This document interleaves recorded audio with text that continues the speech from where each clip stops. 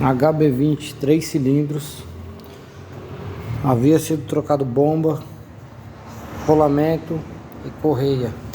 Porém o carro ficou fazendo um barulho horrível na correia, na linha da correia. Correia nova fazendo barulho. Esticava até o máximo e não parava. Só aceitou o original. HB20 3 cilindros. Já não é o primeiro com problema de pôr uma correia paralela e fazer barulho. Parece ar-condicionado, parece alguma coisa na parte do ar-condicionado, na parte do alternador. Porém, é só a correia.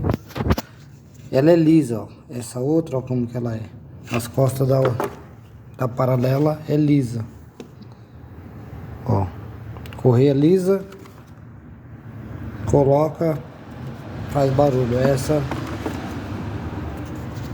então, HB20 com problema de aceitar para correia paralela.